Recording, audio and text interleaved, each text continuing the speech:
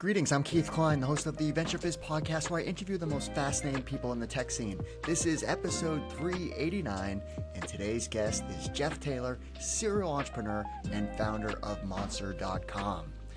About a month ago, the combined entity of Monster and CareerBuilder filed for Chapter 11 bankruptcy. It signaled the end of an era and a 31-year run for Monster, which is pretty extraordinary. A reflective tribute was added to LinkedIn by Jeff Taylor, and after reading his post, I immediately reached out, as the story of Monster needed to be told and documented. Thus, I went long form for this interview, a la Joe Rogan style, to bring you the most detailed account of Monster.com, from an initial dream to a top 11th or 12th website in the world and a major consumer brand. An initial dream, you might ask? Yes, it's true. Jeff dreamt of the idea, the brand, and the mascot, which received tremendous pushback from multiple parties in the early days. It's this story and so many others that we uncover, like the early building blocks of the internet and how groundbreaking Jeff and Monster.com was in terms of being the 454th .com and posting the first jobs and resumes on the internet. The debatable too early acquisition of Monster in the very early innings of the .com bubble by TMP Worldwide, stories of the hypergrowth years at Monster, behind the scenes of the what was first considered a failure, then turned iconic When I Grow Up Super Bowl commercial, and what I found to be the most shocking story, which we lead with, the paper napkin agreement between Jeff Taylor and Reid Hoffman for Monster.com to acquire LinkedIn. Wow, can you imagine what might have happened if Monster's board didn't turn the deal down? In addition to the deep dive into the legendary story of Monster, we also discuss Jeff's background story, other companies he's built like Eons, and his current company called Boomband, which is reinventing the resume and building a new AI talent marketplace. The company is still in stealth mode, but expects to launch its product late fall. And now a brief word from our podcast sponsor, Silicon Valley Bank. I'm excited to share that this podcast is brought to you by one of the strongest longtime supporters of the local startup ecosystem, that being Silicon Valley Bank, a division of First Citizens Bank. SVB serves innovative tech, healthcare, and life sciences companies, including 60% of CNBC's Disruptor 50 list, 72% of Forbes Cloud 100 list, and 48% of Forbes AI 50 list companies. With more than 1,500 bankers and relationship advisors and $42 billion in loans through Q2 2024, SVB delivers the right people, service, and resources to support your entire financial journey. Learn more at svb.com. All right, without further ado, here's my interview with Jeff. Jeff, thanks so much for joining us. Hey, how you doing? Thanks for having me. Doing great. So you have no idea how excited I am to have this conversation. First and foremost, I'm a Boston tech historian, and there's so many things that you accomplished in building companies that were first of. So we're going to talk about that. We're going to talk about a company that grew a massive consumer brand at scale. We're talking Super Bowl commercials and all the great things that came along with Monster.com. And we're going to talk about the things you've worked on afterwards and what you're working on now, which things need to be revolutionized again. So I'm excited to talk about that. But when I was doing my research for this episode, there was one thing that I heard that I had never heard about before that I was like, if that actually happened, what it could have been. And that was, there was a conversation between you and Reid Hoffman about a potential opportunity for Monster and LinkedIn to ultimately combine, or you were going to acquire. So what is that story? I need to start there, and then we're going to rewind the clock. So I think the story, that's the crescendo of the story. But if we just drop back a little bit, Monster was very strong in jobs. It was about 65% of our revenue. We had a second revenue stream, which was to sell our resume database, which grew to almost 100 million resumes. And everything else that I did, so 65% of my revenue was jobs. Somewhere around 32% of my revenue was resumes, and I couldn't get anything else to compete. So I ended up with anywhere from 4 or 5%, 6% of revenue coming from everything else that I tried to invent. And I built Monster Networking. And Monster Networking was built about the same time as LinkedIn. I'm not even sure that I knew that LinkedIn existed when we built that. And LinkedIn was out and we had Monster Networking. Monster Networking wasn't good. It wasn't getting the kind of traction that I wanted it to get.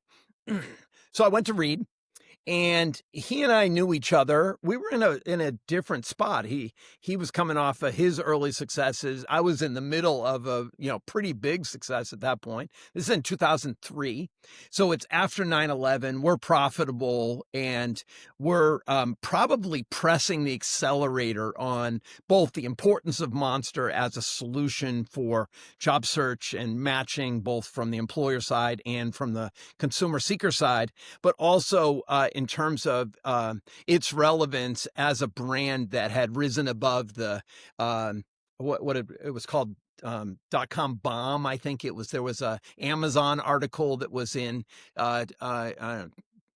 2000. And the bust was happening, and there were internet companies, just carcasses everywhere. And then the ones that rose were the ones that were strong, and Monster was very strong. I went to Reed and said, I think we should put these together because I need a third leg of my stool. He was losing a lot of money. And we did not meet at his office. We met at a kind of industrial coffee shop. And we had talked ahead of time, and we hadn't met before. And we agreed. It wasn't a term sheet. It was more like it was a piece of paper, but it was like the back of a napkin agreement for 300 million, give or take. And so I had said 300, and he had said it needs to be north of 300. I said 305. He said that's way too much. And we were at like 304 million. And at that point, Monster had, I think, almost $800 million in the bank. And so our coffers were full. We had already bought about 80 companies. And so this was just a natural flow for me. Buying with pooling of interests was a smart way to go. And so we had a back of the envelope agreement to do this. And I went back, got myself organized, and went before the board and requested the idea of us buying LinkedIn. About an hour discussion, and I presented what I thought were the strengths, but one of the glaring things was LinkedIn was losing a lot of money. And so the vote in the end was, no, we're not going to do it. We're not going to go forward. And I couldn't believe it. And from my perspective, I think the goal was to add that third leg of the stool. I'd made my stand on why I thought that was important. And I had presented the fact that even though LinkedIn was losing money, I thought that the professional network traction was actually something that Monster was not going to get the way we were organized. And so I went home, I think that was a Thursday, spent some time over that weekend, and I resigned that following Monday. And Wow. I didn't have a temper tantrum. I gave 18 months notice. And over that 18 months, I continued to be a Pied Piper and go and open offices. We were, kind of deep into Europe and into Asia at that point. And we're doing kind of fascinating roll-up opportunities around the world. So I was fine, but everything I signed was that I will leave quietly and without fanfare. And I to this day, that feels like a miss. Now, my wife, in sharing that with her, said, Jeff, you would have fucked it up because you would have named it Monster. I think that that's right, because the other 80 companies got renamed Monster through time, right? But that was the power. This brand was strong, and this brand had passion, and it had a story, and it had attitude. It had a lot of what you would, if you were going to basically write down on a piece of paper, this is what I want to build as a brand. Monster basically embodied all those things. And so I think in some ways, here I am today with a reflection of, 22 years later, with a plan. And I think maybe life happens for a reason. I have to agree with you. It was a miss, and we can't obviously tell the tale afterwards of what it might have been, or who knows.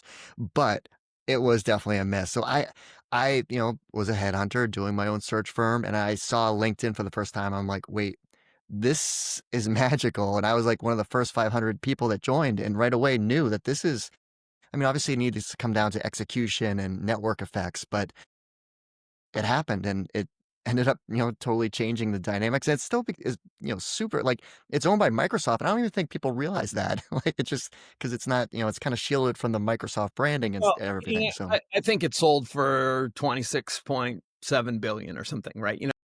Um, it's funny. I've had a number of they're not really missteps. They're just realities with different investor groups through time. And one of my first investor groups basically said, you have to shut Monster down because it's distracting you from your ad agency. So that led to an early sale, which maybe we talk about, right? yeah, we're going to And talk about that. Yes. and then I had the reflection of a board at Monster, not seeing the same things I saw, and my reflection on that was, you obviously know better where Monster needs to go from here, so I think you should go do that. And that was kind of part of my resignation. And I regret when you have a brand that it embodied me, right? It was me, right? When I would go like this and Yeah. Chief Monster.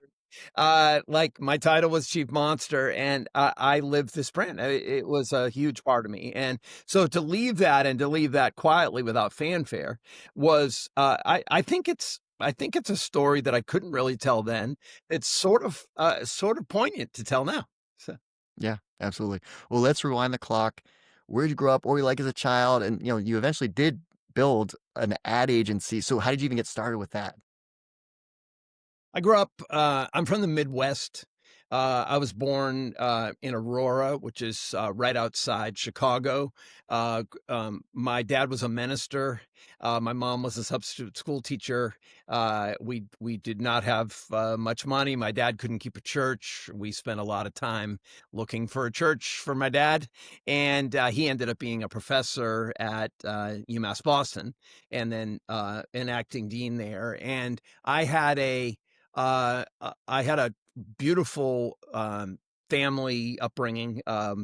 We had family meetings. We had, things that we shared on a weekly basis. We shared jobs. We shared dreams. It was just incredible. And so, check on that, right? I, my parents were both first-time college students, college graduates in their families, and we're both, I don't know, number three and maybe top 5% in their classes, and they felt the constraint and the heavy pressing from their families, and so when it came from me being a student, they were like, "You can be you. Don't worry about your grades," and so weird memories, only having, one pair of jeans and one pair of corduroys for the year. Like that's a real memory, right? And so I came from not much. After we moved to Boston, we grew up I grew up in Needham, which is a wonderful town, and we became more middle class. My mom had gone back to school, worked as a guidance counselor at the Needham school system, first in junior high and then high school, and my dad was a professor, and things got easier, I guess, would be the way I would describe it. And I was probably a normal kid. I have an expression, the laws of the jungle, I think, apply to me, which is funny, which is in high school and junior high, I moved to a very established town when I was in seventh grade, and I didn't play sports. So it was tough going. So my law of the jungle is that you blend in to avoid being eaten, which was my junior high and high school, and then you try to stand out to attract a mate, which was my college. And so I think that the real value of that for me was great family support, a very open-minded approach to, you can be an average student, but be a great learner and be curious.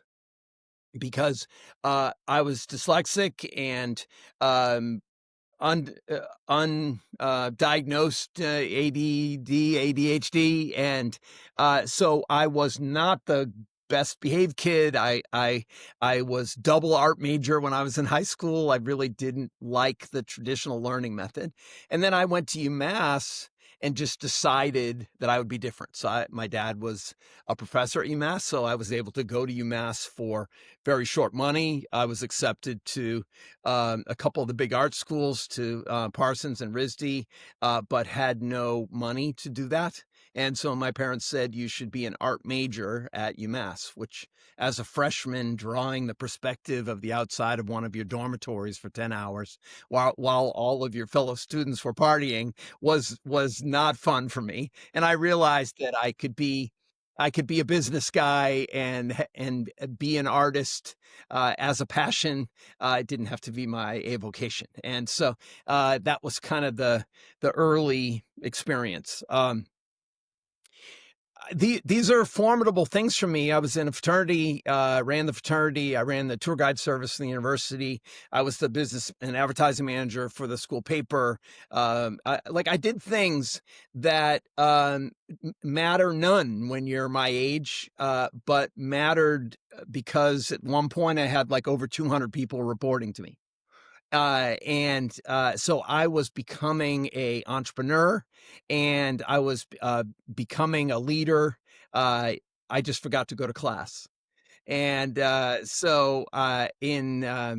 started 78 in 84. So 5.5 years later, I drifted away from UMass. I got a job as a full-time DJ, which I had learned also while I was in school, No way. and ended up being a big club DJ in around Boston at the Palace and at the Metro, which became Avalon. Yep. Yep. Dating myself Access. yep. Yeah. Yeah. And so I would DJ, Wednesday, Thursday, Friday, Saturday night. And that was before you were rock star DJs. You would DJ the whole night. And I learned how to mix and had some very good years as a DJ. And I could finish out DJing, which has shaped me. I ended up making 2 mixes for Sirius. At the time, it wasn't Sirius XM yet, and I couldn't get their attention, so I went to New York City and I cold called and delivered those messages, these 2 CDs, to No their, way. and they called me a couple weeks later and said, we'd like to play one of your mixes on Friday night. And I said, great. And then it got good feedback. So they said the next Friday night, can we play your other one? Because I had given them 2. And then after that, I did 375 weekly mixes on Sirius XM. So, What? so I had Wow. All right. a crazy kind of rise in my non-traditional way to being a DJ. And someone, while I was DJing at a club in Boston, said, you should go to Burning Man. And I was like, I don't know what Burning Man is. And he explained it to me. And he said, Wait. This is what year? 80 so something? this is 2003 was my first year that I went to Burning Man. Oh, for Burning Man. But you were a DJ out of college in Right. Boston in Yeah. the 80s, right? And so then I was on Sirius and I was a nightclub DJ. And, even while I was running Monster, I was a club DJ.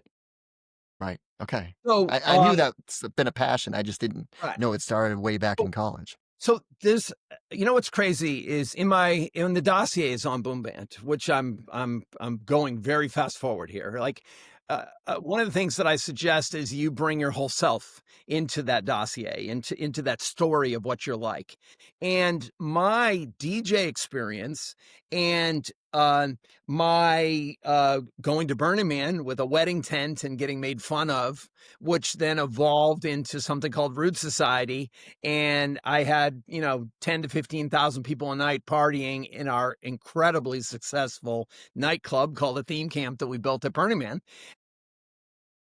If you asked what I'm like in that environment, it's not really any different than what I'm like as the founder CEO of Monster or as the founder CEO of Boom Band. That's like, it's sort of the picture of what I'm like. And I one of the things that someone shared with me one time is you seem like you're very narrow and very deep. And so I defined that as an inch wide and miles and miles and miles deep. And so if I take an interest in something, most people are miles and miles wide and only an inch deep, right? Like, so that it's just, I would describe that more like a butterfly, you stop at different places, right? But I'm much more, um, it's a problem, but I'm much more curious, and that curiosity turns into a hunger, which turns into a passion, which turns into uh, a rich layer of discovery, which turns into invention, which turns into like creative expression, which turns into companies or turns into movements that you're a part of. And that was a lot right there. I don't know if that's meaningful, but if you look at the track of the way I open up once I'm really excited about something, Root Society at Burning Man, maybe we could grab a couple of images of it. It's crazy what we built, and it would start as ideas, maybe in the summer or fall, and by winter we'd be putting CAD drawings together, and by spring we'd be organizing welders, and then all of a sudden we're in the desert building something that has 250 volunteers and has 10 to 15,000 people partying at it at night. And then it's called, dust to dust. You take something, build it from the dust. You build it, you party in it, and then you take it away, and it's leave no trace, right? MOOP is matter out of place, which is a big Burning Man, challenge, that you don't leave your stuff in the desert. You leave it as it was. And so one of the things I always loved about Burning Man is it's an idea in formation. It's the explosion of it and the execution of it, and then the exit of it. It has a classic curve. It just only lasts 3 weeks. Well, we will need some pictures because I only saw one picture from Ray Dalio, who, billionaire hedge fund, and you worked with him. So he has one on Twitter that I saw that I'm like, oh, that's so cool. So yeah, we definitely need pictures. But so how did you get to starting your first company, Sure. Addion? So I think while I was DJing, everything connects. Connect the dots, right? While I'm DJing, I met a woman who was a recruiter. I was just asking her, I didn't really know what a recruiter does. And she told me, and she said, I heard a little bit about my background. She said, you'd probably be a good recruiter. You're good with people, and you are a storyteller. And, it's funny, this episode, we were talking about your background as a recruiter. And I think what's fascinating is she said, there are a couple on, I'm Boston area, 128, that you should go to. So I went and interviewed at 3 different ones, and it was probably wearing a jacket and tie at that point, which was crazy for me because I was a full-time DJ. And I got 3 offers, and I picked a company called Search, which was in Waltham. A guy named Paul George was the founder, and he was a great, very early mentor for me. And he said, not only do I think you'll be good at this job, but I want to give you one of the most difficult areas, which is going to be hard for you to start, but it will pay off. And that idea was to place programmers on 128 and 495. The equivalent of a software developer, full stack developer today was what I was placing then. So I learned about mainframes, and I learned about the structure.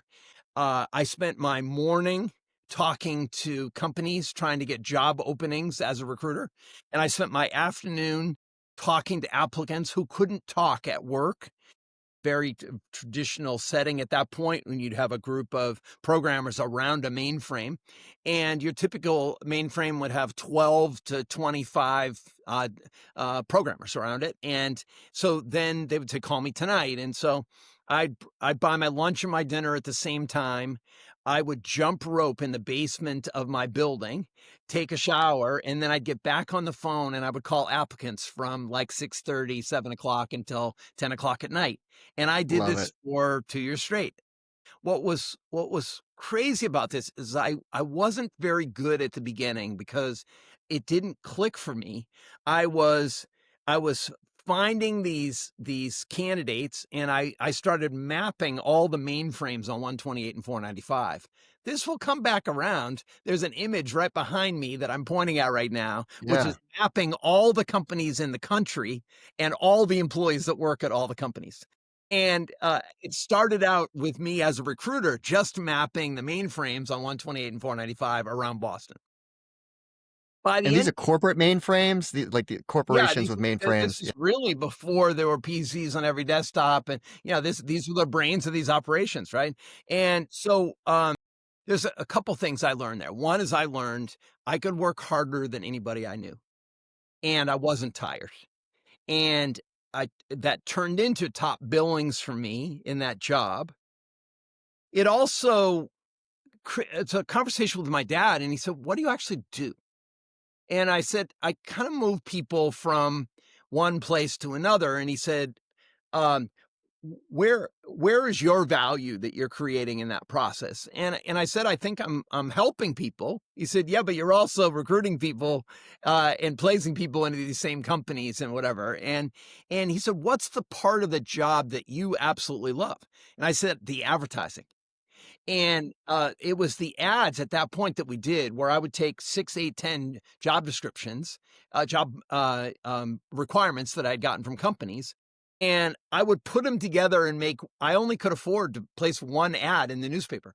So I would combine these into one super programmer job. And, I don't know, it was a creative process. And then that actually turned into applicants that would answer that, and then I would place those applicants into all the openings that I had, and so, it's funny, um, there would be words for this in today's world, like there's ghost jobs in the black hole, and I applied for a job, and I don't know if it was even a real job, but back then, it was just a very different time, and, but I learned how hard I could work. I learned about being a recruiter, and that's important stuff to just bank here for right now, right?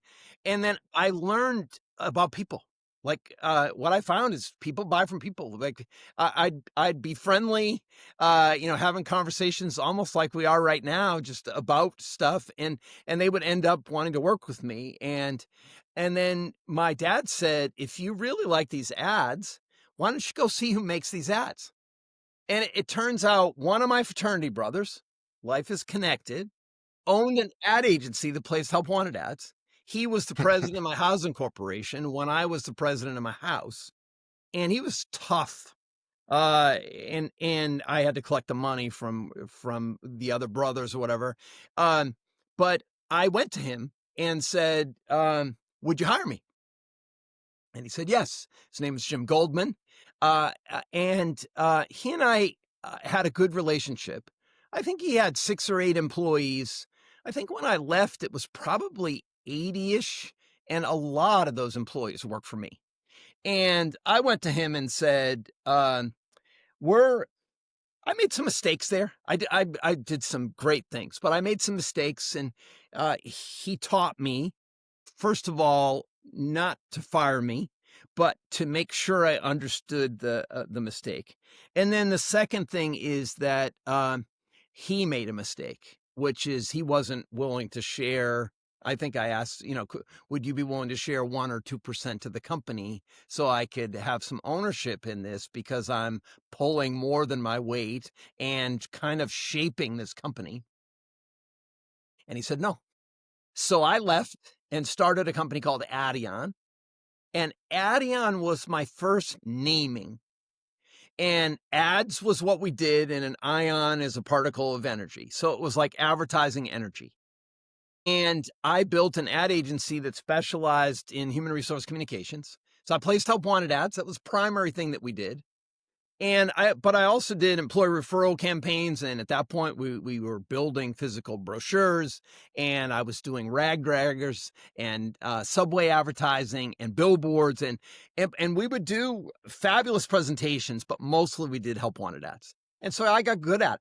And I had clients, the biggest high-tech companies, the biggest healthcare companies like Beth Israel and Mass General, the biggest biotech companies were my customers.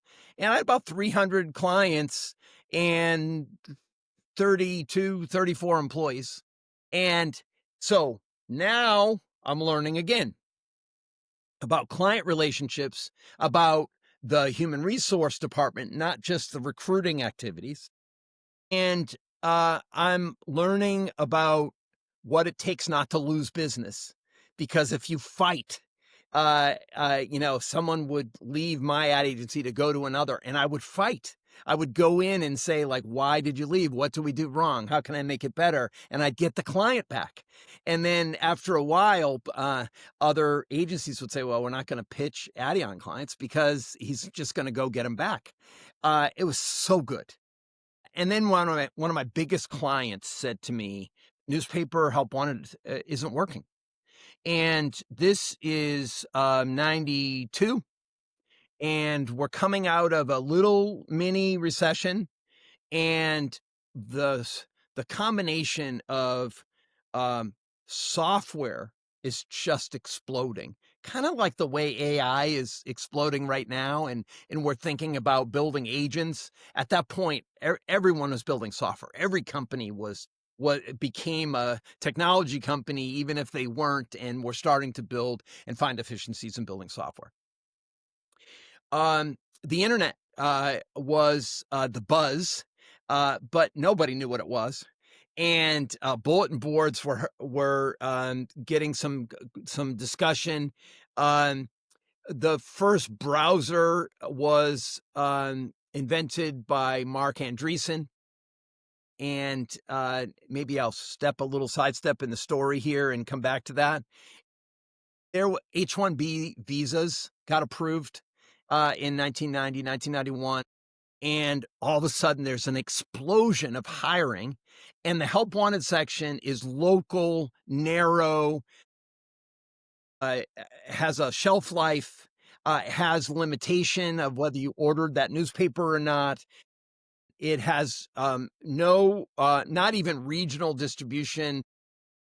The help wanted section was so great because on Sunday there'd be a big section and everyone would go, right, the big help or something. The big Sunday help was around September 15th. There'd be a huge issue, and at the beginning of January was the big help, and it started out as 60, and by the time I was wrapping my part of the story, which is pretty important to this, it was maybe 135-page help wanted section, and I might have had 6 or 8 full-page ads, which were, I don't know, I think around $50,000, $35,000 to $50,000. I don't remember exactly, for a full-page ad, which is a lot of money, and that was back then money. Yeah, I mean, that'd be the equivalent probably today of I don't know. What do you think? $140,000. I was gonna say 150. The 150 was my number. Recruiting activity, yeah, right? for an ad and a newspaper. And people were faxing resumes. The email wasn't a thing yet. Your resume was on linen paper, probably paid for somebody to typeset the copy, so you had your jobs were in bold, your supporting structure was not. It had some logos in it. There was already creative resumes, which they were recommending were too emotional, like you needed to be more blocky and, whatever. But you were very proud of your resumes. You'd get your resumes in a box, just like you'd buy a box of printing paper right now. And it would be your resumes. You'd fold them neatly. You had a nice linen envelope. You'd send it off to the company. I think we called that snail mail, at some point here in this process. So, okay. So, I'm sorry, this is a long way to get here, but that's in my opinion what it takes. People always say, like, what's your definition of an entrepreneur? And it's when everyone around you thinks you're crazy. you still think you have a good idea and you act on it. And so I talked to my biggest client. They said the help wanted section is not working. And unless you figure something out, I'm probably going to fire you. Big customer. It's called Wellfleet Communications. And it was, kind of a precursor to like Cisco in the router space. So I had been reading about these bulletin boards. My dad was at UMass Boston. He had an email address. He'd given me an email address at UMass Boston so we could email each other.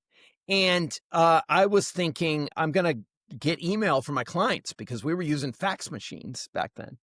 And so all my clients would have a fax machine, and we had 3 or 4 fax machines all in a bank, and we'd get these faxes in.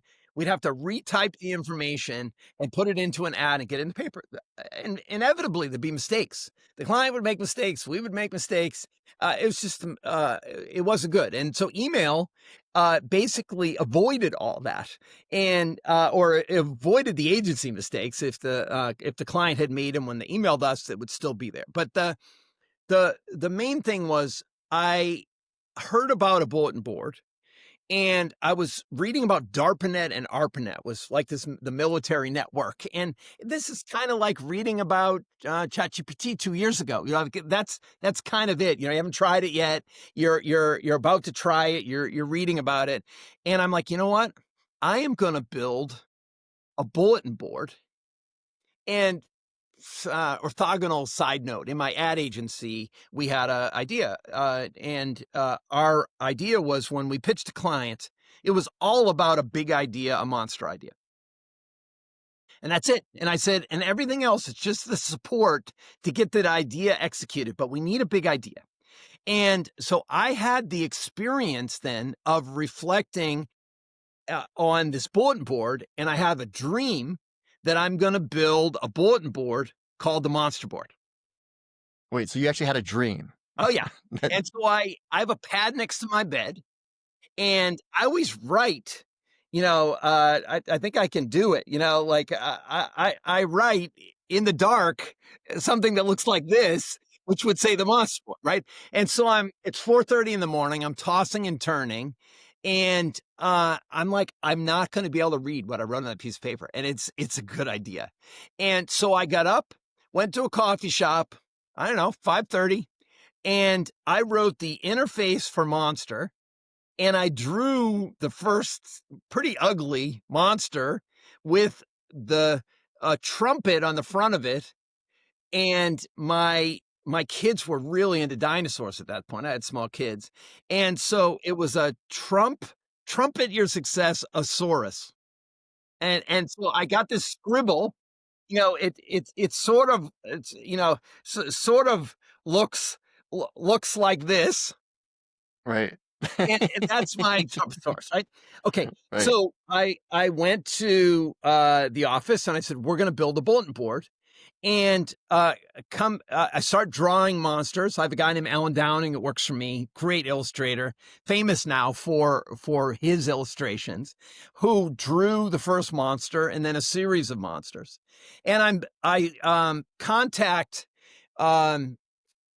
start calling people, and somebody says, you should go to BBN, because both I can in Cambridge, right? In Cambridge, BBN has a group of developers there, programmers or whatever, that are working on DARPANET and ARPANET. They can probably teach you about bulletin boards, right?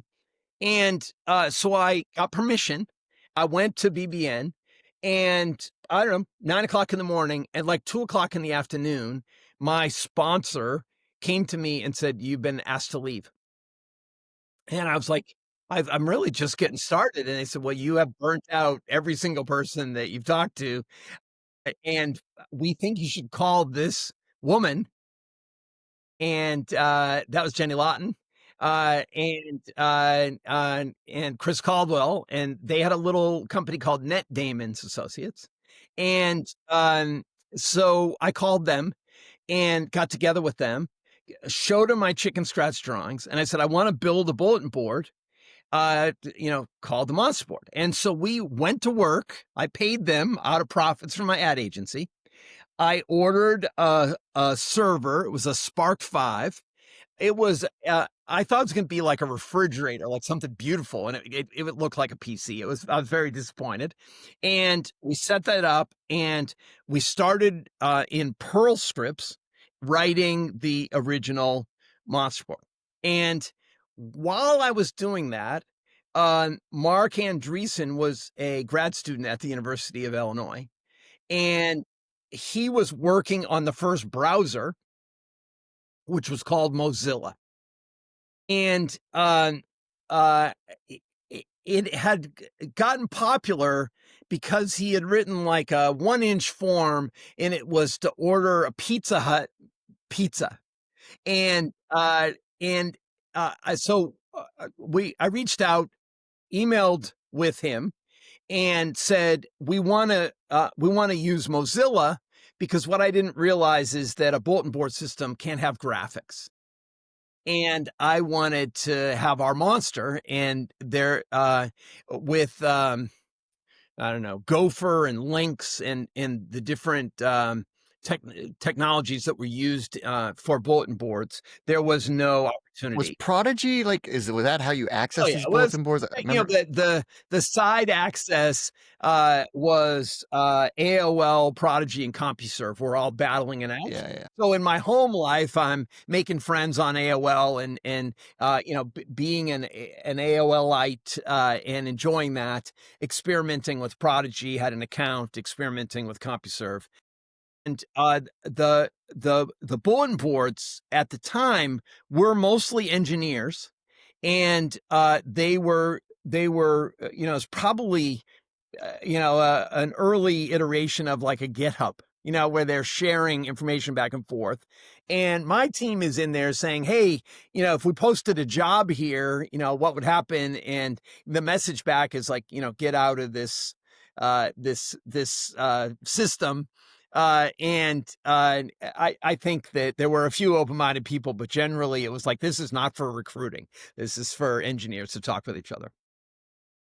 So, a couple side notes. I had to have a 56K line brought in from AT&T into my company. A 56K line is, you know, it's probably the equivalent of, you know, like it's nothing, right? Doesn't even exist. Yeah. No, it doesn't exist. And they were like, why on earth would you need, you know, such a powerful, you know, telephone line? And I said, I need it because we're going to use it to connect up to our new Mozilla page. And so we got it hooked up. Alan had drawn the first monster. And I said, okay, we have to bring the monster over the internet from the art department into my closet where I had this. And the first version, which was just a picture of our monster, took 47 minutes to get from the art department to our server. It's okay. So I was like, this is going to be a disaster. So almost immediately, as we built the first Mozilla page, which by the way was about 8 feet long, and it was just one page, and they hadn't had any pagination yet. There was no compression. You know, this is at the beginning, and then so I launched with I think 40 clients who each put 4 or 5 jobs on, right? So, you know, I kind of had 200 job postings, and they were free. We had our first soft launch. We had a breakfast at WBZ held a breakfast. And I was the you know, speaker for the breakfast and explaining about the internet, which probably was I'd love to see a video of that today. And talking about Monster. And so we started to get a little bit of press in and around Boston, and we bought radio in New England. And so we had WBZ radio, which is I think probably why they invited me to speak at this breakfast. Our spot was produced. The guy couldn't say www. He said wubbu. And so my first URL on the radio, which I think is the first URL like east of the Mississippi that was in the media, in radio, was a little bit confusing. And then, so I got two messages almost right away by email. First one was like, what the hell are you doing putting a URL on the radio? Get this thing off. You're going to destroy this thing, right? And then another email came in and said, like, you go, girl. This is amazing. And so that was the beginning. And I mean, you're going to laugh at this, right? Because that was the first marketing for Monster. Well, you were one of the first 200 websites. I mean, this is like, people are like, what? I mean, Yeah. when you talk about the clips of the past, like that Today Show clip when they talk about email for the first time, they're like, what is that @ symbol thing? Like, Yeah, it's yeah. just like So people didn't know what this thing was. And, no, so and this was the first job posting ever in resume on the internet. Like this is like a part of history was yeah, being so made. so I put my resume into the beginning of our database. And those first job postings were the first job postings on the World Wide Web. There's some confusion out there because our name was monster.com. No, our name was the Monster Board, but our address was monster.com. And in 1999, when we merged OCC and the Monster Board, we became monster.com. So there's some stuff that says Monster was founded in 1999, and that's just not true. So this idea started in December of 1993. In April of 94, we incorporated and applied for provisional patents and put the first job posting, first resumes on. And there was somebody said, you haven't registered your URL. And I was like, I don't know what that is. And so there's a crawler at MIT that hasn't picked you up yet. And so I don't know if we had to expose something or whatever, so it could find it or whatever. So we ended up being registered as the 454th.com. But there were only 200. I could have had Coke, Nike. There was no such thing as Yahoo. There was no such thing as Amazon. This is kind of like the painful beginning. There wasn't one internet millionaire, at this point, right? And so, so that's the beginning. So my clients started getting response. I remember somebody said, I'm getting response from Peru. I got a job posting that I'm used to placing in the Boston Globe, and I get applicants from, as far away as 495, which is, not far away, right? And now I'm getting applicants from Peru and India and China, and these resumes are coming through, and they're 6-8 pages long on faxes. And because our clients didn't have email, we were packaging printing the resumes and putting them in manila envelopes and sending them to the companies. And then they're opening these manila envelopes and calling me and saying, Jeff, what the hell? So a couple of big companies said, take me off. One of my big clients was Banyan, which was a big Boston area client, and Banyan, and I knew the HR person very well. He's like, get me off of this thing. This is terrible, right? And so one of my biggest client that had challenged me said, not only do I think it's not going to work, but I hate your name. So let's talk about this name for a second, right? Because Right. it's called the Monster Board. And so when I told my wife that I was going to call my business Monster, she was like, I won't leave the house with you. All right. Well, I mean, she's not my wife anymore, but and that's not my proudest moment. But the reality was that the people closest to you, when you're an entrepreneur, you think are going to be the ones that are going to be the most supportive. But in reality, the people closest to you are sometimes the toughest on you because they don't want you to change, or they can't see, what are the expectations, right? But then my employees were like, it's like the monster under your bed. It's like, it's a terrible name. And I was like, no, monster is like a monster home run. It's the descriptor word for, it's big. All right. It's a big home run. It's a monster home run or a hurricane. It's something bad. Like monster's not the bad word in that scenario, right? So monster is the descriptor word of huge of that hurricane.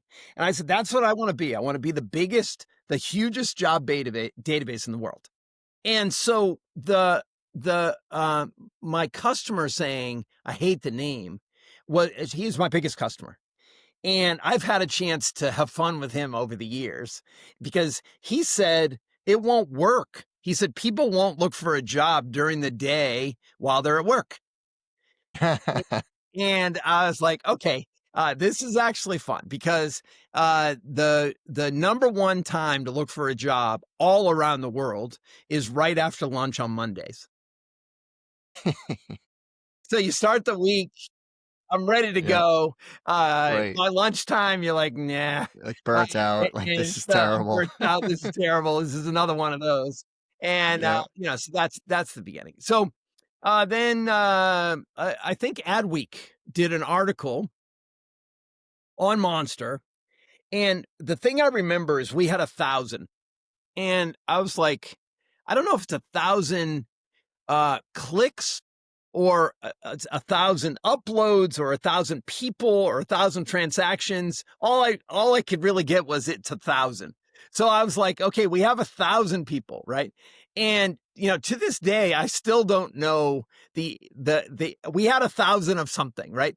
And Yeah, there's no Google Analytics to tell you. no, there What was nothing, it right? was. And so we were looking at server logs, right? And server logs are not the easiest thing to decipher.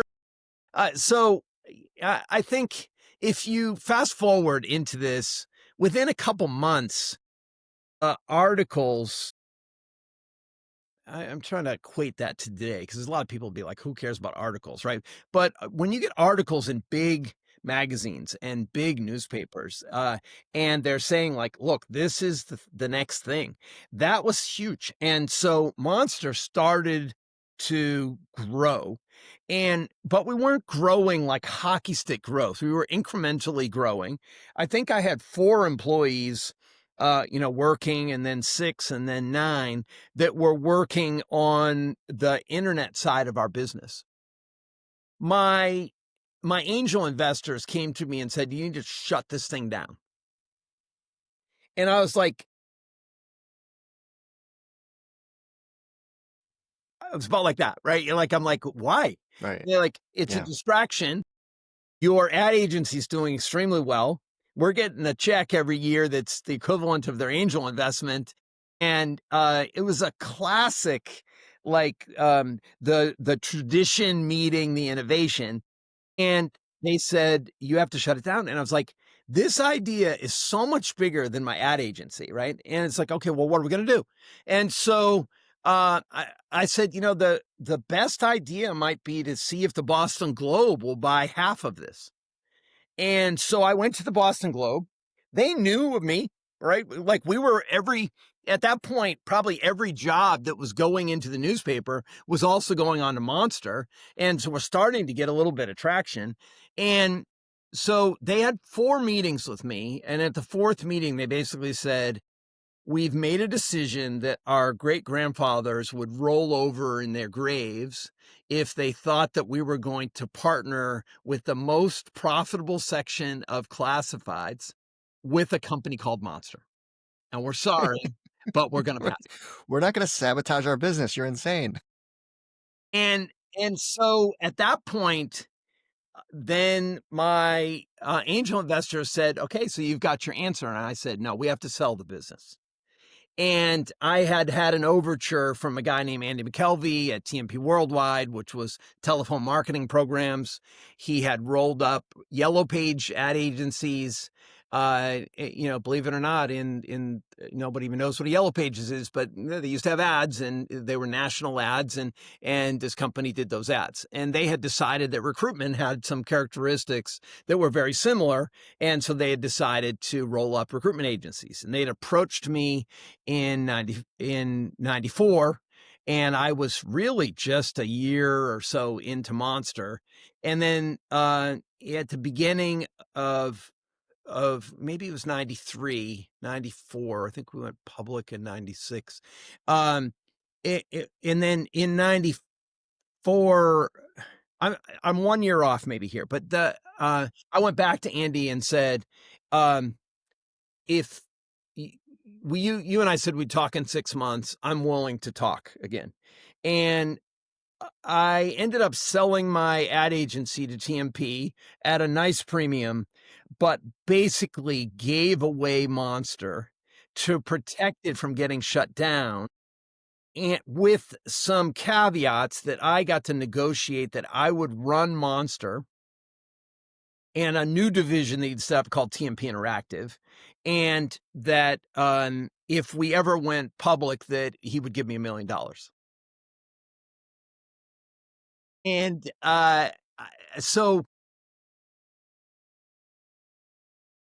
this is a moment, right? You have moments in your career, and I had to protect the idea at all costs, and the cost really came back on me.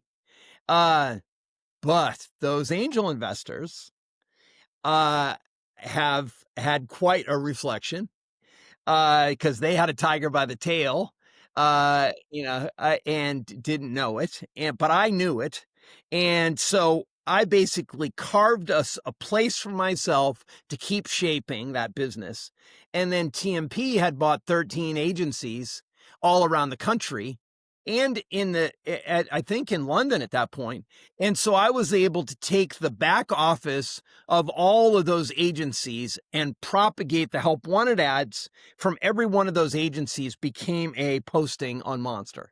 So I went from being a central New England, based trying to outreach to all of a sudden I had a pocket in Chicago and a pocket in Atlanta and a pocket in San Francisco and a pocket in San Diego, and like just keep naming the cities because it was the bigger cities that had recruitment advertising agencies. And so that distribution, I think, defines like a pretty important moment where we got bigger fast. And also Andy and I had a great relationship. And I think that Andy was not technical, but he was a salesman. And he was selling me, which was fine. But he said to me, look, okay, we'll include Monster, but you got to change the name. And I said to him, I said, I'm sorry, but I won't sell my ad agency to you unless we can protect the name. And so in 48 hours or whatever, he came back and said, okay, I've talked to some people. Yes, we'll keep the name Monster. And he said, well, what do you need? And I said, we have this Spark 5 that's like smoking. It's getting so stressed. And he said, what do you need? I said, I need a Spark 20. And he said, buy 2. And that was the beginning of a partnership that lasted pretty much until he passed away from pancreatic cancer. He was a salesman. At one point in the early Monster days, he said, you have 6 people on the phone selling. So what are they selling? And I said, they're doing great. And he said, okay, let's go look at the system. And it looked like we were paying them 100 and they were bringing in 300. I'm oversimplifying it, right? And he said, okay, let's hire 1,000 salespeople. And if you think about it, that's so obvious in hindsight, but in the moment to say that, and then over the next 6 months, we hired our first 100 salespeople. We had salespeople coming out everywhere. We didn't have a space for them. We were setting up trailers, and we had the beginning of sales leadership. You had Steve Pogorzelski came in very shortly. Jocelyn Talbot came in closely, and I want to start bringing in other names of people that were very important to Monster's success. This was definitely not a one-person activity. This was really important. And then TMP brought resources. There was a guy named Paul Camara. There was a guy named Marcel Legrand. And these guys were able to help me. I fought with them.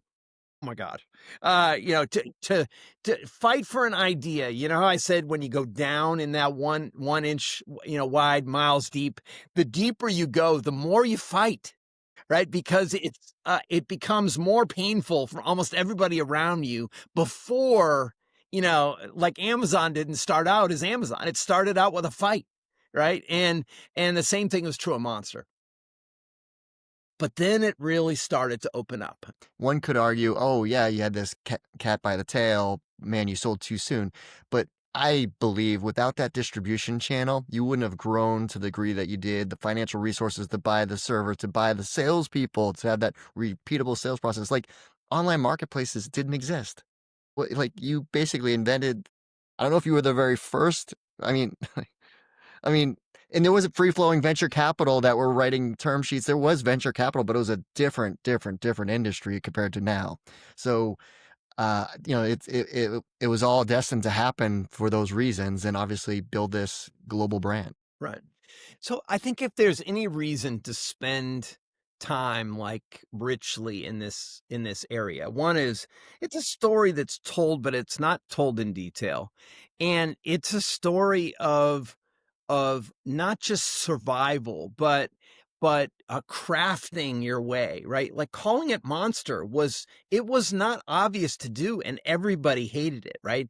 And there's this thing that the rings of support around you are not really support when an idea is not popular. As an idea gets popular, the rings fill back in, and it becomes almost the opposite, right?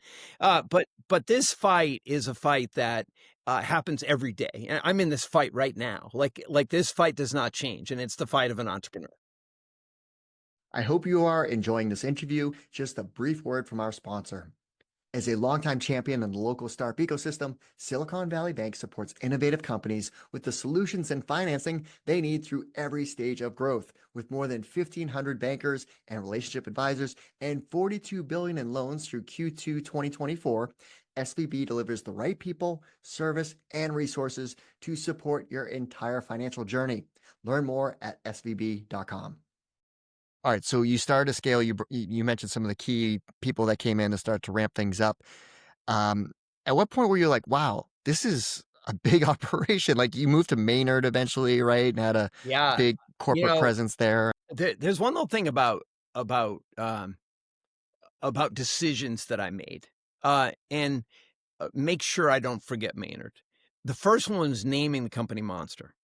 Uh, it, it the hill to climb to name your company Monster was very steep. But once you are at the top of that hill and you're branded Monster and everything else is career this or job that, others cannot climb the steep slope that you created through your work. And so I'm a huge believer and teach this and share this with others about naming and branding and how you fight for your brand and don't give up. And there's so many boring names. So many names are I don't know, Taylor, Kent, and Johnson, the three people that founded the company. There's nothing wrong with it. There's just nothing really differentiating about it. And then I realized early on, if I call it Taylor Advertising, everyone would be like, well, where's Taylor? And I didn't want that. I wanted to spread that wealth, through the talent, right? The second message there was hire great people at the beginning, because each of those people will become the boss of 40 people. Quick side story. A woman made my sandwiches in a sandwich shop across the street from me. And I realized I can't even eat a whole big sub. I never could. And I said to her one time, I just want a PBJ. And so she used to make me a peanut butter jelly sandwich and leave it on the counter. And I would come flying, sideways at 2:00 in the afternoon, and there'd be a PBJ waiting for me and no charge. Right. I hired her, and her name was Chris, and she ended up running my East Coast customer success organization. No way. Yeah. That's awesome. So what I'm saying is like she saw me an opportunity, like a service situation that was spectacular. And then I turned and said, I would like that spectacular as part of my organization. And she came in. And then I think the space. So we moved into a space that used to house Digital Equipment Corporation. that doesn't mean anything to anybody. It was called Deck. It was, kind Yeah, I of. know Dak, of Yeah, course. I mean, it means something to you, but it's, to people listening, it's like precursor to IBM and Microsoft and mainframes. Ken Olsen basically said, I don't know why you'd ever have a PC on every desktop, and that was his downfall. And but he was in this mill in Maynard, this beautiful space, probably 800,000 square feet. And when I got there was a little, I don't know, little gym or something, about 600 square feet in the entire complex. And it was like spider webs. Oh my God. And we saw this floor, a guy, Miller, that worked with me that identified this space. And we negotiated to take 70,000 square feet. And if we, within a year, if we could take the other 70,000 square feet, two things would happen. One is they would carpet it now in preparation for that, and they would build a jetway, like a walkway over to the other building so I could get to another 300,000 square feet all on one floor.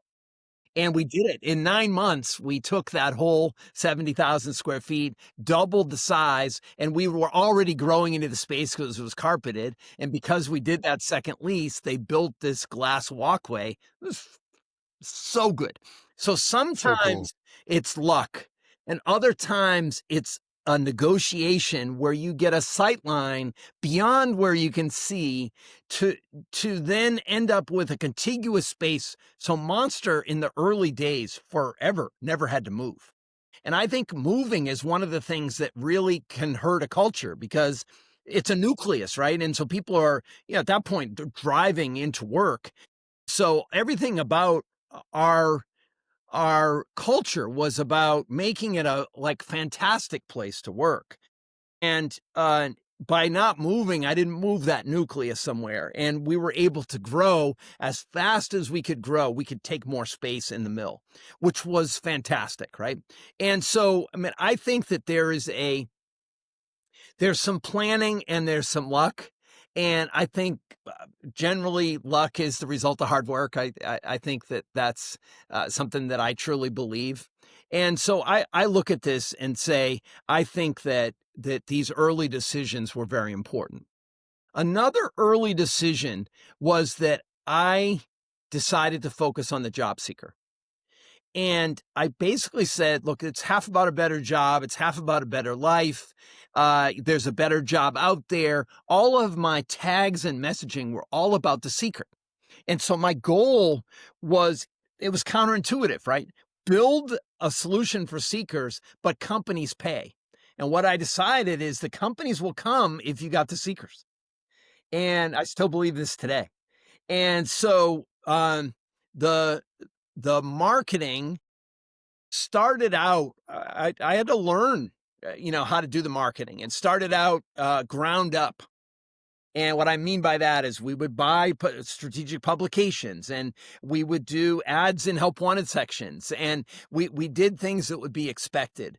And then I was like, you know what, we have to grow much faster, and I think we should go in the Super Bowl. And it was like, okay, how much is that? And I think it was 2.3 or $2.4 million. And it's like, Wow. well, how much did we spend last year? $2 million. So in the entire year before we went on the Super Bowl, we had spent $2 million. And in 90 seconds, we spent $2.35 million. But that going on the Super Bowl was, did a couple things. One of the things that I love, just my plug for the Super Bowl, is that it's the only show in the whole year that you watch the commercials in the same way that you watch the game. And you actually have a certain set of people that will watch the game, and a certain set of people that watch the commercials that don't care about the game, right? So really interesting kind of juxtaposition. The second thing is, by saying that we were going on the Super Bowl, the coverage before the game probably paid for it. And then the coverage after the game, we did a commercial. Do you know this commercial? When I grow up, I want to file all. Yeah, would you want to be? Yeah, I think is what it was I want to titled. have a brown nose. Yes, sir. No, sir. Anything for a raise, sir. That commercial was something we were really proud of. It was basically saying, like, look, it's not a nurse or a doctor. This is just everyday people and things going sideways. And that there's a better job out there. And I think this message is universal and is true today as it was then. So Mullen worked with you guys on it. So, but I was just curious, like, obviously you have a whole team. I'm sure there's, marketing and this ad, we're going to spend all this money. Like, what was your involvement in the creation? I was right in the middle of it. I was in the middle of everything at this point. Mullen did a presentation with us. We did a brief and did a presentation. This idea was not in their top 5 ideas. It was maybe a throwaway idea, and it kind of had, like, when I grow up, I want to be a nurse or a doctor, but could we twist it? And I was like, okay, I don't like any of these ideas. But let's play with this one that's just on one piece of paper. It's not a whole blown out thing, because there's something here, I think, that has some like a different energy to it. And we ended up building that commercial.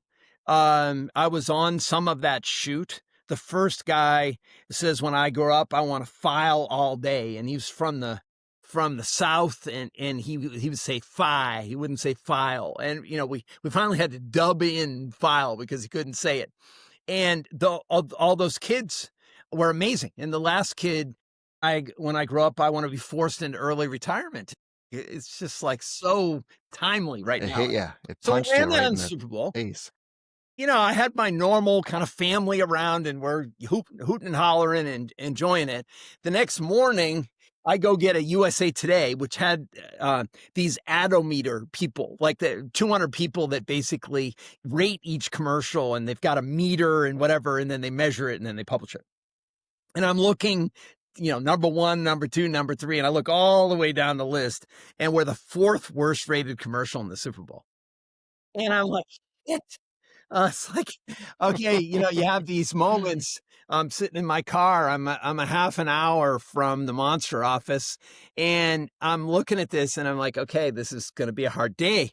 And the reality was that we confused everybody, because your typical Super Bowl commercial is funny, it makes you laugh, right? And this is the opposite. It's like irony. And when you're, Because I would think the Mullen people were pitching, let's use the mascot and do something funny with it. yeah, Right? well, I mean, there were funny things, but the reality was that we some of the critics really liked it, and the morning shows liked it, and then people started talking about it, and we had a meeting about it and said, we're going to run it. And so we pressed the accelerator. We spent $50 million that year on marketing. And so our hockey stick, like the Super Bowl, there's numbers somewhere, but, like, let's just say our traffic was up like 700%, and we did not crash. And we were one of, I think, a couple of .com advertisers that were in that Super Bowl, and we stayed up. And it was the beginning of real awareness. Like, when you talk about brand awareness, you would typically talk about aided and unaided brand awareness, right? And our unaided brand awareness was tough. If you would say, oh, have you heard of job sites with funny names? They'd say, oh, yeah, Monster, right? But if unaided, what are your top 10 brands? We wouldn't be there, right? And so after the Super Bowl, first of all, it started working. So we were producing job seekers in flow. Companies were hiring people. And I started getting stopped in airports saying I found my job on Monster. Like, I was on CNN and CNBC talking about the unemployment rates. And, like, if you were going to write a script, like we've talked about a brand, having these, like, spike moments where you redefine your brand and fill in some of the brand voice and some of the brand momentum, like, that was it, right? And then, coinciding with that, we opened in Europe, and we may have already opened the UK at that point, but we opened 19 countries in Europe, and we were buying Monster copycats generally. not actually, I don't need to say it like that. We were buying companies that were influenced by Monster, that started job websites in their area. And it was very natural to come into them and say, "Would you like to be part of the Monster Network?" Were kind of respecting us, and that building that network, when you have brand momentum and it works, and you're expanding fast, you can't stop the company, right? So our stock price went up, our stock price split. We had tried to partner with all the newspapers early on. We had decided to go direct, which is why we did the Super Bowl. And it took about 6 years. And I saw the stats that Monster had more market share than the newspapers. Wow. And so it took 6 years to basically migrate an idea into the mainstream, and to make it so that that the market share was coming toward me. And then the staff, oh my God, the culture we built, the staff was unbelievable. So many stories, so many great people. The kind of people that get attracted to a big idea are amazing. And then they attract their friends. And we used to do recruiting parties. I can remember my wife telling me, full circle DJ, my wife had said, "You need to stop DJing. You're running this company. You got 3 small kids. You're still trying to DJ Thursday, Friday, Saturday, Sunday night." And so I stopped everything but the radio show, right? And so I kind of kept up with the music because of my radio show. And then my employees went to my house, got my turntables, all my records, and then had a party and surprised me. And I was like, "Oh, who's DJing?" It's like, "You are." And that was awesome because I had a chance I probably had, I don't know, 400 employees at corporate at that point. And then we were growing. So I had the idea, let's do recruiting parties. And all I want you to do is invite your friends and I'll DJ. And so we'd have, I don't know, 800 people at a party. It was awesome. And we'd make 30, 40, 50 hires off of one of these recruiting parties. And so it was a way that we ballooned forward. We had the revenue, but also the kind of camaraderie and the culture that got built in the middle of that was great. One of the crazy ideas we did was we had a suitcase party, and everyone came back to go to Vegas. And we put all the suitcases in a pile in the middle of the room. And then people kept moving the suitcases around. And then we'd pick somebody's name. And if you could get your suitcase in 2 minutes, you were going to Vegas. And so you would leave in a limo right from the party with 3 of the people of your choice and go to Vegas, all expenses paid for the weekend, right? And yes, That is crazy. That was awesome. Yeah, I guess, it's because you did talk at the beginning of, you expanded, but the lion's share of the revenue was through the job postings and the candidate database. And I just remember I started recruiting in 1998, and the search firm I worked for, we were just naive. All we did was cold call, cold call, cold call. A woman joined the company who is my wife now.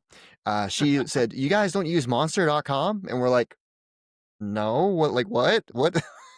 And she came in literally like 2 weeks, had her first placement. We're all like, "What the heck is this Monster thing? And why aren't we using it?" So anyways, that was my early recollection of Monster.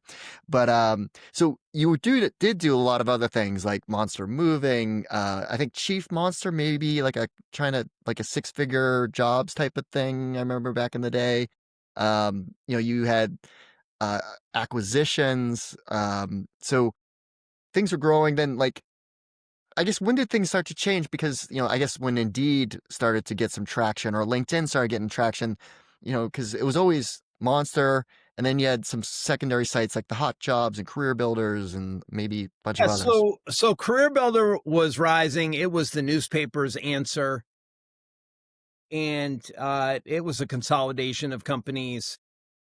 You had Hot Jobs that was mostly kind of started in New York City, that did a nice job, and Richard Johnson and his crew. And I can remember um, being on a boat in New York, in Manhattan, partying because we had just bought Hot Jobs. We had signed an agreement, and I had a Hot Jobs tattoo put on my face, like a temporary tattoo. And the next day, the SEC said they wouldn't approve the merger because of the basically the control that we would have had in the marketplace, especially on the East Coast. And so that was funny. And then Yahoo bought Hot Jobs, and then we were able to buy it from Hot Jobs, a few years later, right? Indeed wasn't anything yet. And LinkedIn, so 9/11 happened, and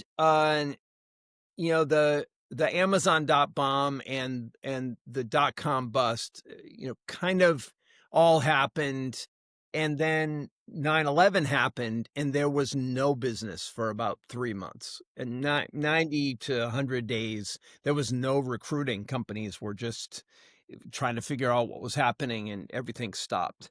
And at that point, the the idea was, we needed to lay people off, and I I really, I think I did a 45 or 50 person layoff. And the board came in and said, you're being, I don't remember the exact words, but too nice. And I was like, look, we're profitable, we're healthy. I think this is the wrong culture move right now to cut deep, because it's the thing that everyone else was doing all around us, right? And so I think I cut 45 or 50 people, and they basically said, you need to move to chairman role, and we're going to bring somebody in that's going to kind of fix the business. And they brought in a guy named Bill Pastor, who did a much bigger layoff, 350 people or something. And I I think in if I were to go mark like 6 or 8 steps that happened, I think that was the first one. It's like, we're not invincible. I'd say as much my fault. I probably should have cut a little deeper, but not nearly as deep as the team the fixer team they brought in to do that. Then we built a variable pricing model, which would have allowed, right now, a nurse in North Dakota was, I don't know, $350, and a nurse in New York City was $350. Like, it just kind of like didn't make any sense. And so we started thinking about variable pricing models, and, maybe having some variable pricing, auction-based pricing that would sit on top of our posting, so that you could start to have some bidding and start to do some price adjustment. And the leadership team did not want to do that because we were very profitable. And I was like, I think the profits were going to be short lived. And then the second thing was that there was an opportunity basically to buy LinkedIn, and the board turned that down. And it was that 1-2 punch, maybe that 1-2-3 punch, that changed my trajectory in the company. And I think I would never do a deal with Indeed. They recall it differently. They meaning Indeed. I was just with them. I was with some of the people that were there at that time. But my recollection is that we should not put our jobs on Indeed. And when I left, the Monster jobs went into the Indeed network. And effectively, if Indeed had 20 or 30,000 jobs at that point, maybe 50,000 jobs, and we had 980,000 jobs, and we started putting a lot of our jobs into that network, Indeed got bigger than us. And Right. they stated as such. And so that was tough. And then I think LinkedIn, really, its popularity didn't come. So Indeed was a natural leader that evolved from those mishaps, and also because they had a different model. They had an aggregation model. They had a CPC model. They approached it a little bit differently, and maybe we didn't change, quite fast enough. It's like a classic curve here, right? And then Monster fought and stayed, in its second decade of business, was fighting with the best of them. And then, in that third decade of business, Monster finally sold to Ronstadt. Strategically, I don't know. I wasn't involved at this point, but it may have been the only real offer. But selling to a staffing firm actually means that the other staffing firms aren't going to use you anymore, and the staffing firms were a big part of our business, right?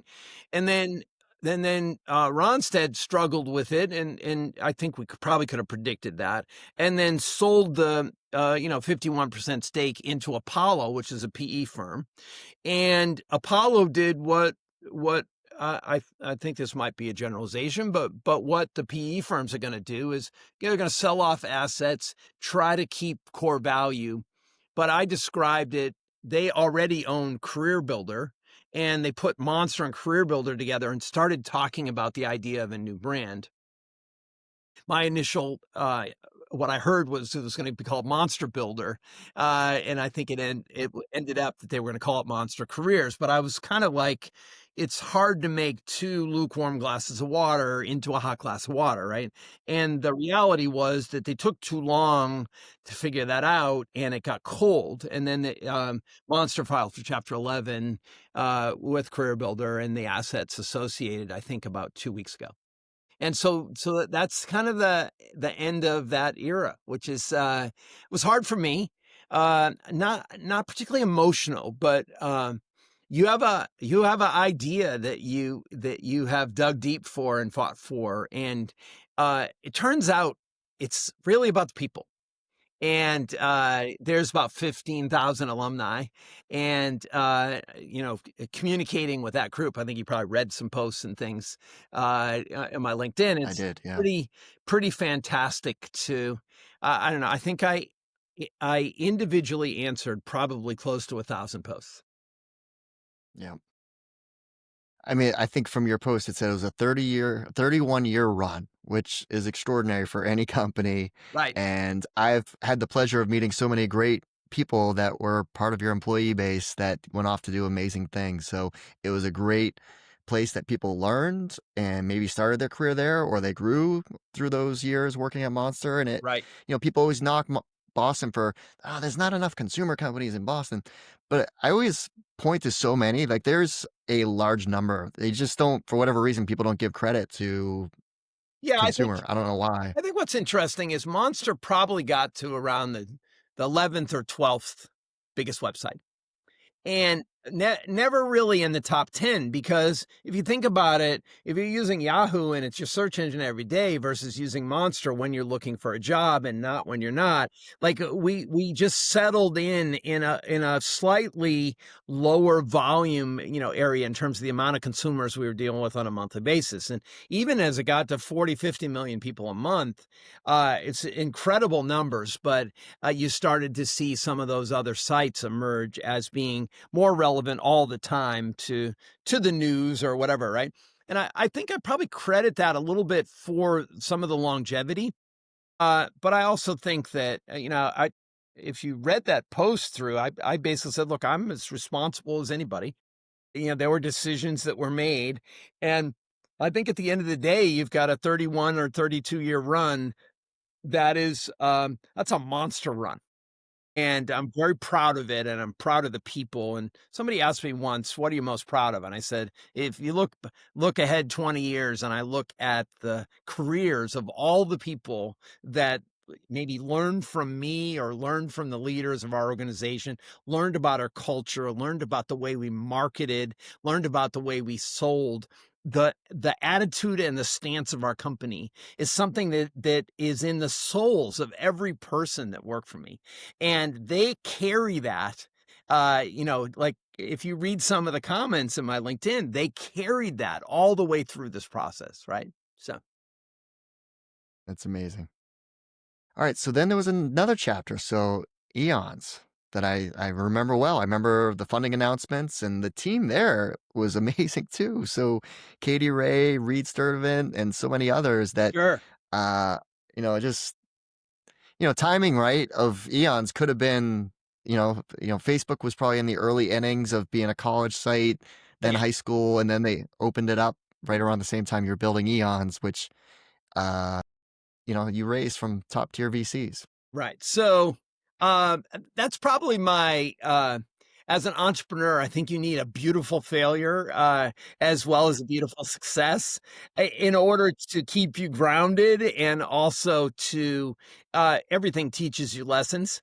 And so I think the punchline is Facebook kicked my ass. The reality was, um, I was working with the monster database of people and the relationships. Average age when I started was probably 32, 33 years old, the people that were online, and it grew and expanded. But a lot of that core of Monster was getting nearer to 50 years old. And I was like, you know what? I should start a business where I can continue to guide or glide with this group and maybe start a AARP competitor, because I in no way was I going to join AARP. And I was like, I think that's out of step with our generation, and maybe I could build a business. So eons started from I haven't seen you for eons. That definition. It's a long time, and I thought I could build value.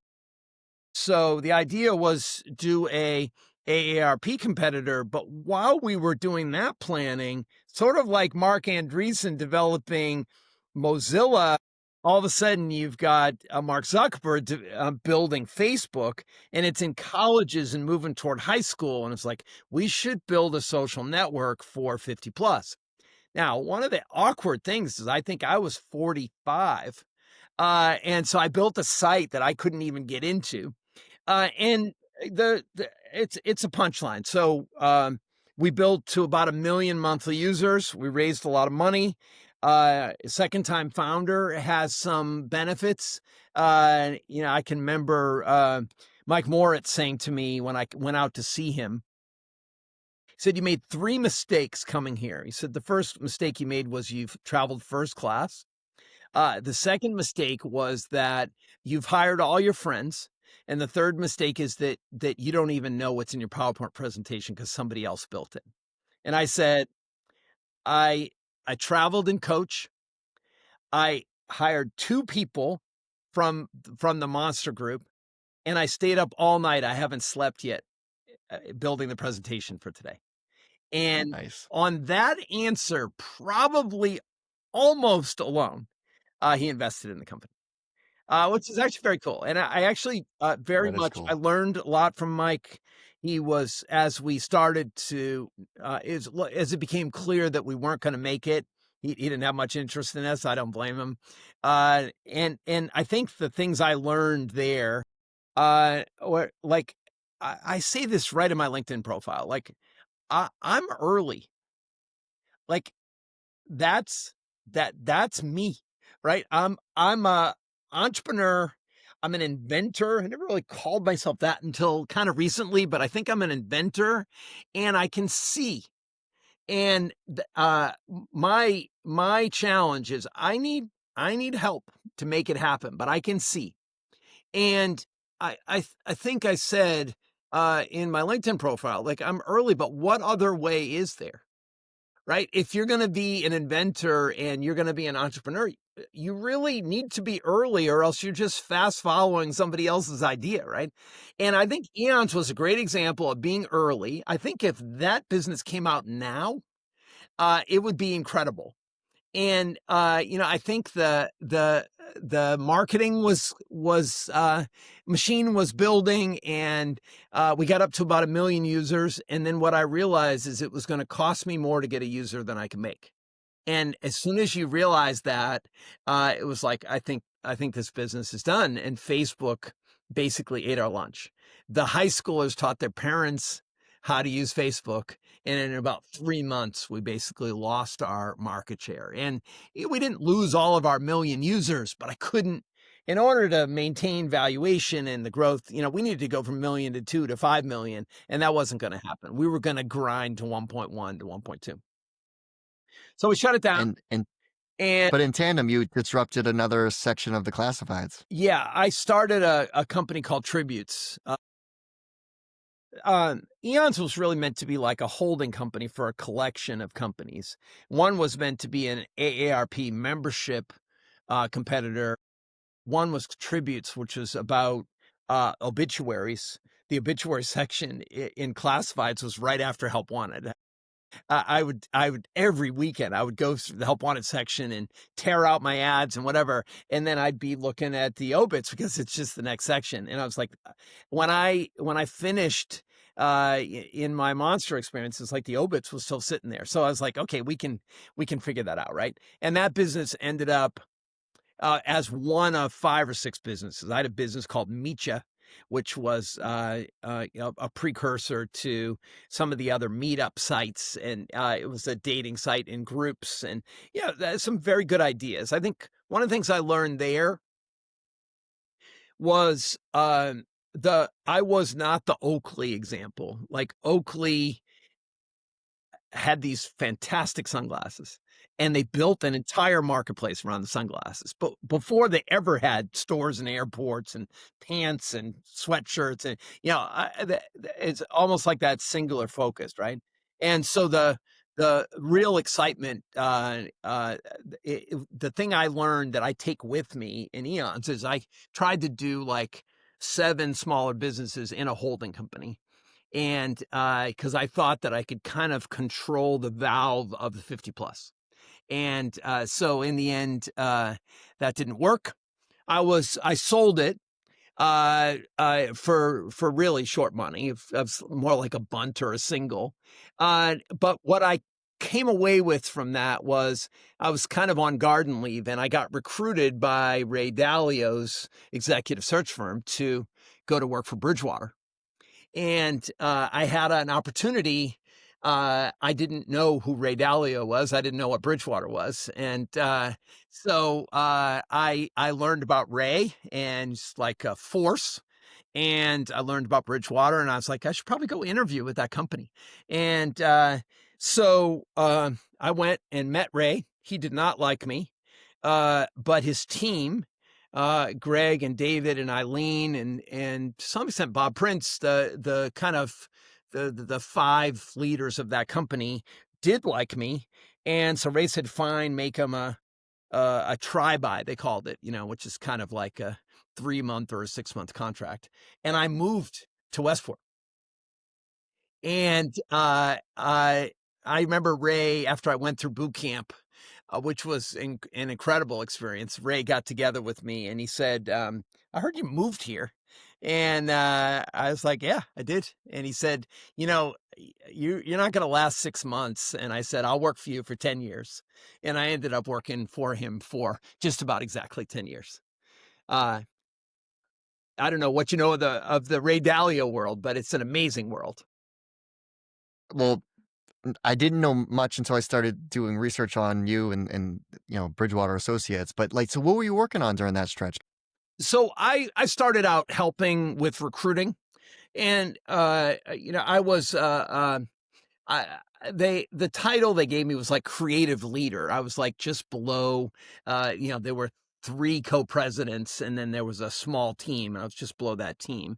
And I would describe it as eventually it evolved to being like almost like um, a CEO in residence, I was a helper to Ray, but I was not the CEO. I was a leader that helped him, like a chief of staff, I guess is probably the best way I would describe it. But he would give me hard problems, and I would try to solve those problems. And so I worked a lot on the recruiting and the retention, and he had a fascination with understanding what people are like. And so I did a lot of work with assessments, with Myers-Briggs and Team Dimension Profile and these other assessments. And we built a derivative product and ultimately then built a product which is called Principles U, which is an assessment that was built by a team working directly with Ray that became part of the principles offering that he had out in the marketplace. I learned a ton about what people are like. I learned a lot about myself, and I learned a lot about uh, uh, kind of understanding people. And the output of that was I helped project manage the Principles book, which is a pretty kind of a bellwether book, business book now that Ray wrote about life and work principles.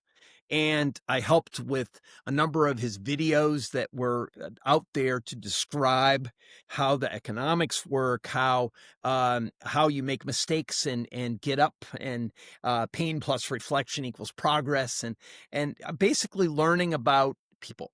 And now I'm applying that learning directly into the work that I'm doing at Boomband. And so it was really the combination of my work with Monster, the failure of eons, and then the really interesting experience I had working for one of the most interesting people out there in Ray Dalio, who was a talented investor, but it was his curiosity about what people are like that's where I spent a lot of my time with him.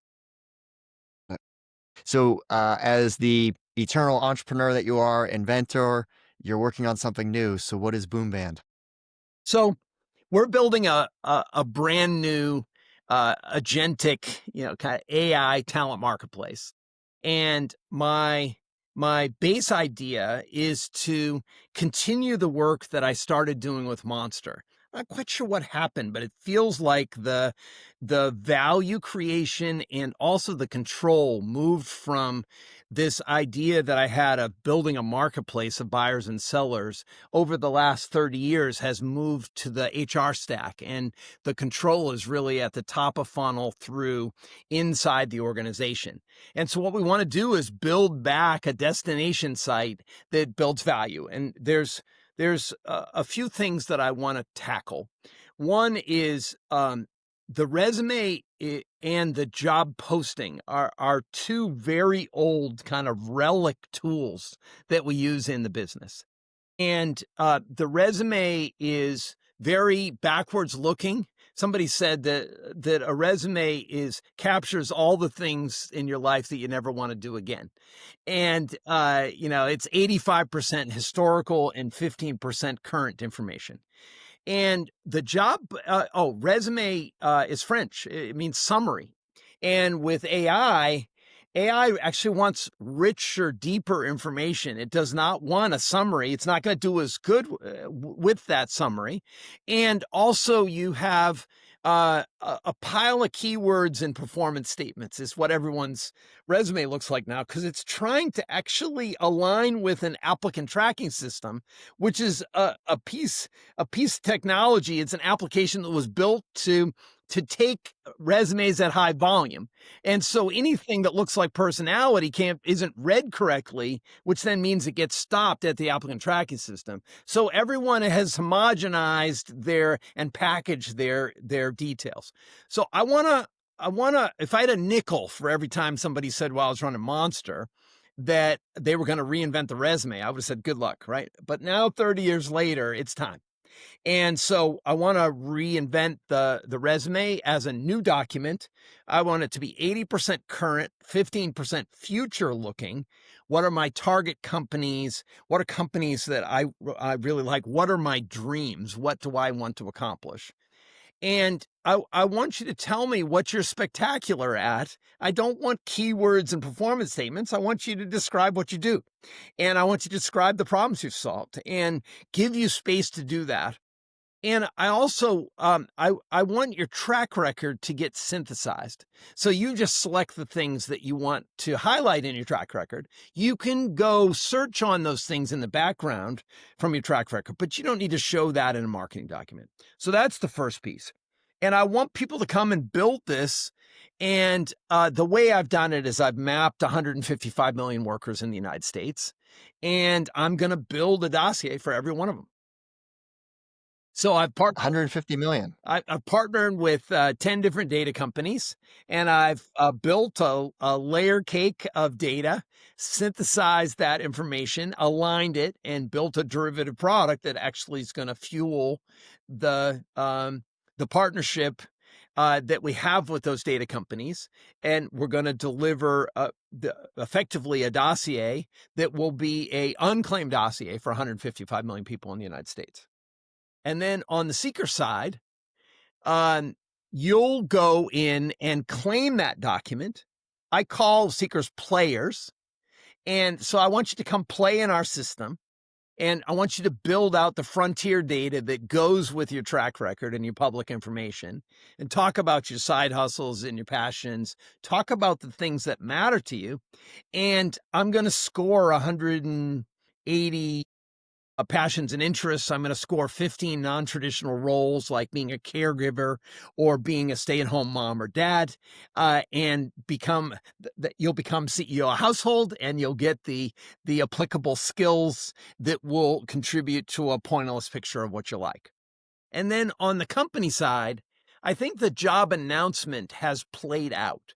The idea of announcing a job to the general public, to now have the general public racing to apply to your job, and all using their favorite transformer, their favorite LLM, to use the job posting as a cheat sheet to basically align their resume, to round the edges. And so all the resumes coming in look a bit robotic, and they all sort of look the same. And the systems inside HR are not prepared for this cloning, this mirroring that's going on right now. So they're getting all jammed up. So I've kind of described it like leaves blowing up against the fence. Nothing's getting through. And when I looked it up on Google, it was interesting that it said, beware of the moisture underneath. I thought that was just funny. And so my thinking is that it's not about a job posting anymore. It's about a job signal. And that signal needs to signal into the most qualified people, not the people that have tried to refine their resume so they can maybe sneak through. And those two concepts, testing with seekers, check. Testing with companies, absolutely. And then, so we're going to build an arena that's our new destination site that allows you to put somebody in the center or something in the center. And so if you put yourself in the center, it's an attractor for whatever is the best match for you.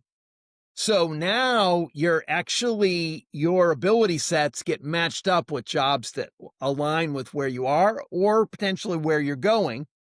And the same thing for companies, that you put a job in the center and we'll find the most qualified people, and those will be closer attractors to the center of the arena. It's fascinating to look at the activity that happens when you do this. There's a lot of movement.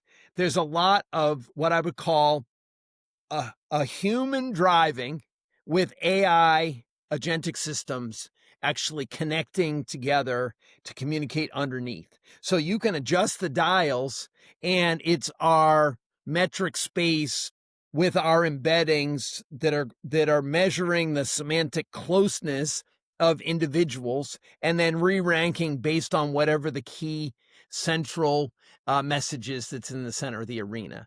What we call the supernova, the North Star that sits there. And so it's really exciting. And we've been out talking to companies. We've showed it to companies. They're like, I want to use it right now. And we're showing it to seekers. They're like, I'm ready to build my dossier.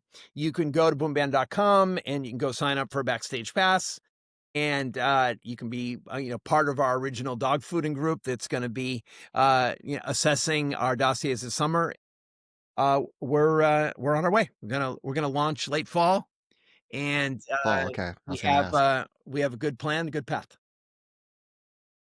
And you've talked about branding a lot throughout this interview. And at first I was like, I thought this was a play off of your interest as a DJ, but it's not. It's Dr. Seuss. Yeah. So Boom Band it comes from Oh, the Places You'll Go, which is a pretty famous Dr. Seuss book. It's very career oriented. It's given at high school, Graduation college parties. graduations. Absolutely. Yep. Sometimes given to younger kids.